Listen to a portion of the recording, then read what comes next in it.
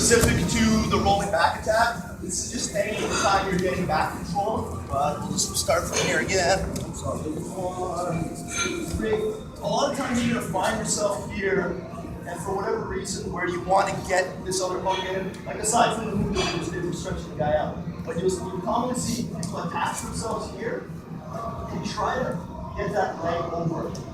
My job, anytime you have a situation where you're trying to get your leg into a position and it's not going, the immediate answer that people tend to have is, oh man, I need to get more flexible.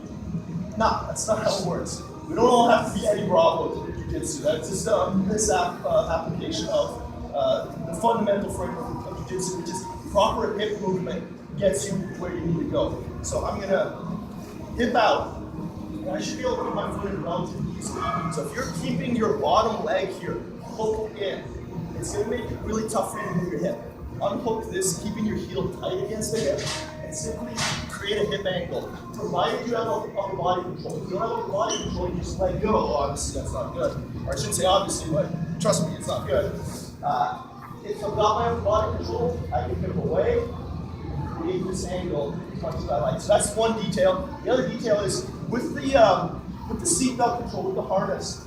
I know this is pretty standard, but this is not the best control scheme. I won't say it's wrong, but I am pretty proud of it. This is a kind of detailed stuff. When you're getting your harness, the more dangerous form of harness, seatbelt, same thing, of control here is going to be if I'm right-handed and my right arm is around his neck, so that's we call it the killing hand.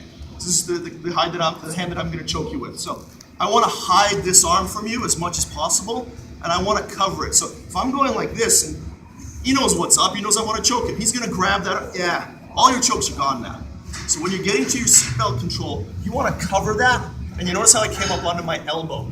Now when he reaches up, that hand's gone. The killing hand is still there. So I want to give him a big old bait, which is my left arm right here. Now you won't always be able to get it perfectly hidden.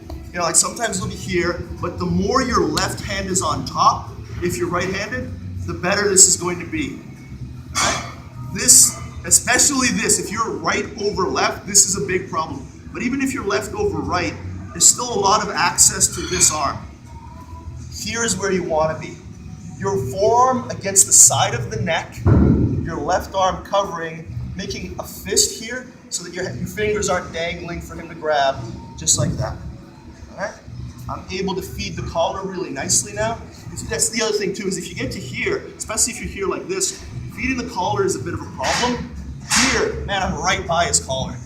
All I've just got to do is open my fist just a little bit and grip it. Also, by hiding my hand this way, you notice I can still, because my left hand is doing the gripping, my right hand is going to always feed the collar. If I connect my hands palm on palm, if I want his collar or I want to choke him, I must release the grip to do anything. This grip, I can feed the collar without releasing my grip. So it's a stronger grip. It can be maintained the whole time.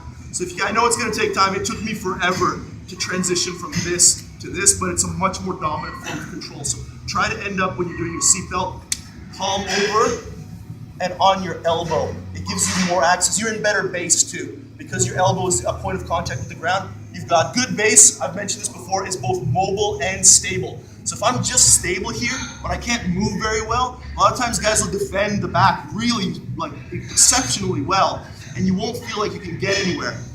But if you're on your elbow, you can transition to like reverse Ezekiels, arm triangles, and things like that. So if you don't have a good angle on your back attacks and you're stuck here, you're not going to finish. But if you're here, you know, I can kind of let him out, hit my arm triangles, go to Kimura's arm locks, or whatever. It's just going to create a much more favorable attack posture for you.